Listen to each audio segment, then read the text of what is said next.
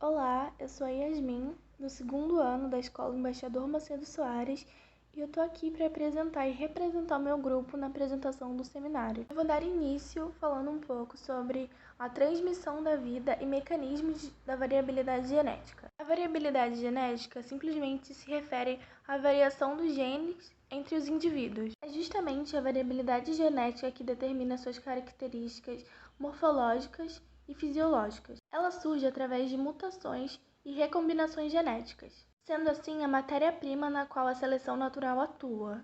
A fonte primária de toda variabilidade genética é a mutação. A genética é a área da biologia que estuda as heranças biológicas. Os genes são fragmentos sequenciais do DNA que são responsáveis por codificar as informações. Os alelos são formas alternativas de um determinado gene. A mutação promove o aparecimento de novos alelos. Os genes alelos ocupam o mesmo locus em cromossomos homólogos. Eles são responsáveis por determinar, por exemplo, a cor do pelo do coelho, e eles ocorrem aos pares, um de origem materna e outro de origem paterna. Os cromossomos são sequências das moléculas do DNA. Possuem nucleotídeos e os genes.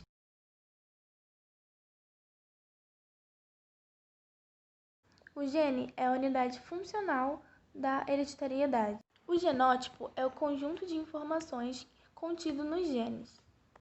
Ele apresenta a constituição genética do indivíduo. O fenótipo já é a expressão dos genes, ou seja, o conjunto de características dos seres vivos, por exemplo, a cor dos olhos, o sanguíneo, a cor da flor de uma planta e etc. Os homozigotos são aqueles que apresentam pares de genes alelos idênticos, como azão-azão ou azinho-azinha. Os seres heterozigotos são aqueles que apresentam pares de genes alelos distintos, por exemplo, azão-azinha.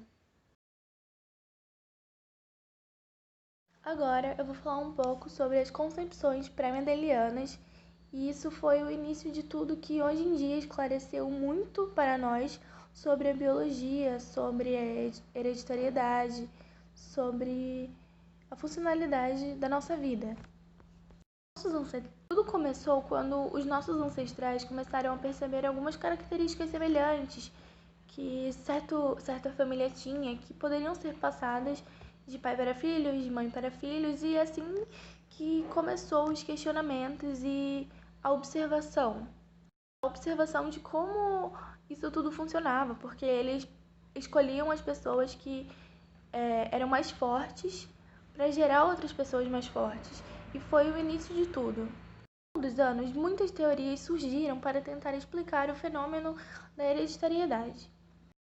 É aqui que entramos em Gregor Mendel. Ele foi um biólogo e monge que fez estudos e pesquisas, o cruzamento das ervilhas, para tentar explicar o fenômeno que é a hereditariedade. E foi com seus estudos que hoje em dia nós temos as informações e isso tudo disponibilizou muito conhecimento para nós. Em seus estudos, ele fundou as leis da hereditariedade. Com as leis, ele explica os mecanismos de transmissão da hereditariedade com o passar das gerações. Seus estudos e experimentos foram a base, e por isso ele foi considerado hoje o pai da genética. A primeira lei de Mendel diz: cada caráter é determinado por um par de fatores que se separam na formação dos gametas, indo um fator do par para cada gameta, que é, portanto, puro.